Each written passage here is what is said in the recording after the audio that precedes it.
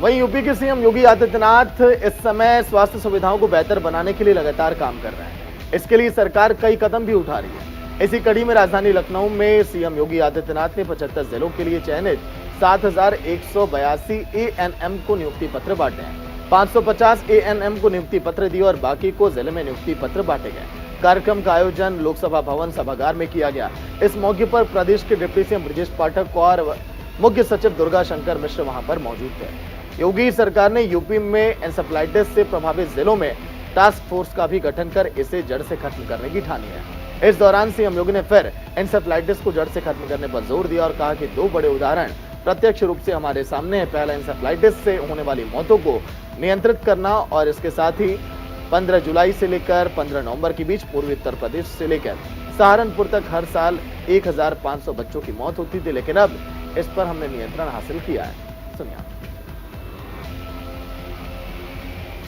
पारदर्शी चयन की प्रक्रिया के माध्यम से प्रदेश की स्वास्थ्य व्यवस्था को सुदृढ़ करने के लिए 7,182 एएनएम के चयन की इस प्रक्रिया के लिए हृदय से धन्यवाद देते हुए स्वास्थ्य विभाग को खासतौर पर इस बात के लिए मैं अभिनंदन करता हूं कि एक लंबी लड़ाई को आगे बढ़ाने के बाद आज को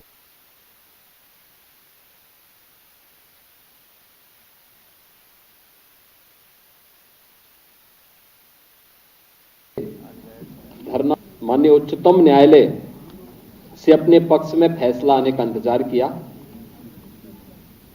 इसके लिए मैं आप सबको आज इस नियुक्ति पत्र वितरण कार्यक्रम में जो आदरणीय प्रधानमंत्री जी की प्रेरणा से मिशन रोजगार का हिस्सा है, इसके लिए मैं हृदय से बधाई देता हूं।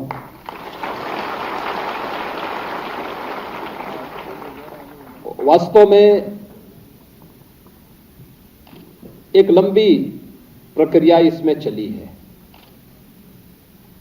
और स्वाभाविक रूप से आपकी भी अपनी सीमाएं थी, लेकिन अधीनस्थ सेवा चयन आयोग ने चयन की प्रक्रिया को पूरी पारदर्शी तरीके से आगे बढ़ाया था।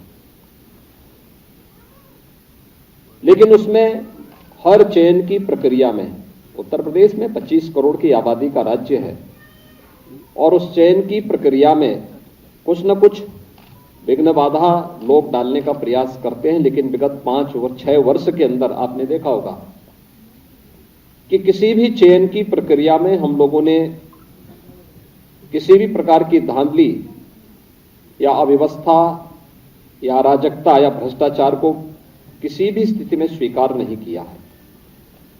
चाहे वह उत्तर प्रदेश लोक सेवा आयोग हो, उत्तर प्रदेश अधीनस्थ चयन आयोग हो, उत्तर प्रदेश उच्चतर शिक्षा चयन आयोग हो या माध्यमिक शिक्षा चयन आयोग, या पुलिस की भर्ती हो या बेसिक शिक्षा परिषद की भर्ती।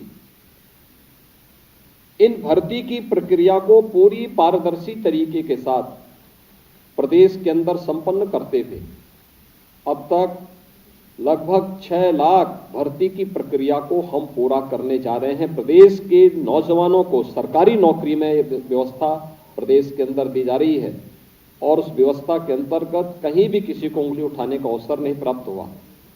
लेकिन जिन लोगों के इस अनैतिक कार्य पर हम लोगों ने प्रहार किया या हमारे चयन बोर्ड ने उसको रोका है, उनके अनैतिक गतिविधियों को पूरी सख्ती के साथ रोका है, वे लोग कुछ न कुछ डिस्टरबेंस करने का प्रयास करते हैं और उनके द्वारा हर एक प्रक्रिया को पारदर्शी तरीके से संपन्न होने के बाद भी वे व्यवधान डालने का प्रयास करते हैं। लेकिन पहले उच्च न्यायालय में और फिर उच्चतम न्यायालय